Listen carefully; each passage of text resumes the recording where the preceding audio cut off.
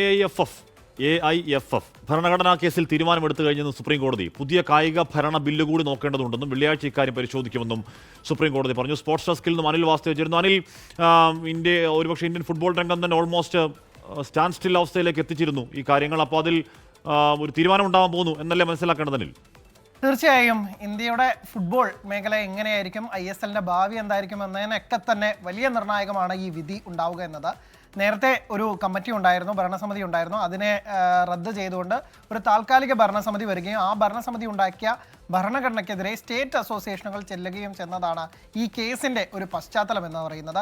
ദീർഘനാളായി ഈ കേസ് നടക്കുന്നുണ്ട്. ഈ കേസ് നടക്കുന്നതിനാൽ തന്നെ സമീപകാലത്ത് ISLന്റെ ലാഭവിഹിതം വീതം ചെയ്യുന്ന അടക്കമുള്ള കാര്യങ്ങളൊക്കെ തന്നെ നിർത്തിവെക്കാൻ സുപ്രീം കോടതി നിർദ്ദേശിച്ചിരുന്നു. ആ പശ്ചാത്തലത്തിലാണ് ഇപ്പോൾ ISL പോലും നടക്കാത്ത ഒരു അവസ്ഥ വന്നിരിക്കുന്നത്. AIFFനും ഈ ISL സംഘാടകർക്കും അക്കാര്യത്തിലൊരു തീരുമാനം എടുക്കാൻ പോലും ഇങ്ങനെയൊരു സുപ്രീം കോടതിയോടെ ഈ ഒരു നിർദ്ദേശം ഉള്ളതിനാൽ നടക്കുന്നില്ല. അപ്പോൾ എന്തായാലും ഈ കേസിൽ ഒരു തീരുമാനം എടുത്തു, ഇല്ലെങ്കിൽ ഒരു വിധി എഴുതി കഴിഞ്ഞു എന്നാണ് ഇപ്പോൾ സുപ്രീം കോടതി തന്നെ പറയുന്നത്.